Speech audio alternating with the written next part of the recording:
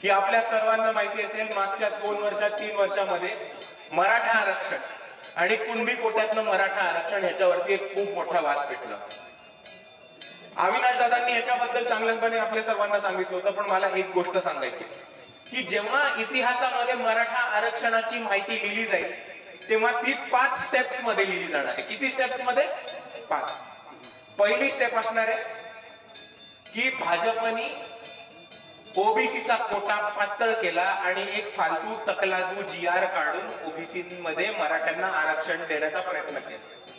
दुसरी स्टेप अशी असणार आहे की कुणबी प्रमाणपत्र लग्नाच्या पत्रिकेसाठी किंवा एवी फॉर्म असल्यासारखे प्रस्थापित श्रीमंत मराठ्यांना कुणबींचे प्रमाणपत्र इकडचे भाजप सरकार वाटप सुटलं।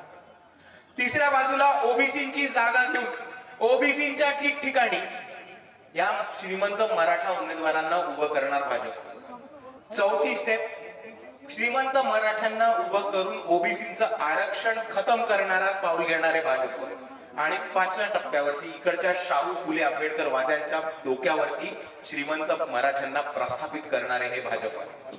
आणि जेव्हा आपण ह्या 5 स्टेप्स बघू तेव्हा इतिहास दुसऱ्या बाजूला हे सुद्धा की या महाराष्ट्रामध्ये असं एकमेवच व्यक्ती होतं, या महाराष्ट्रामध्ये असे एकच नेते होते जे दिवस रात्र हे म्हणत राहिले की ओबीसीचं ताट आणि मराठ्यांचं ताट वेगळं राहिलं पाहिजे।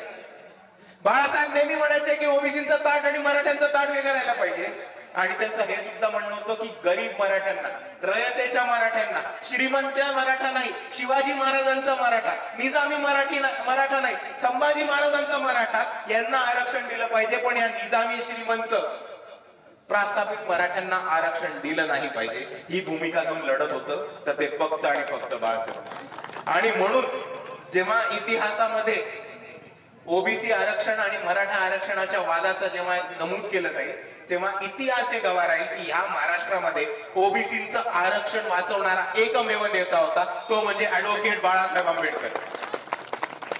आणि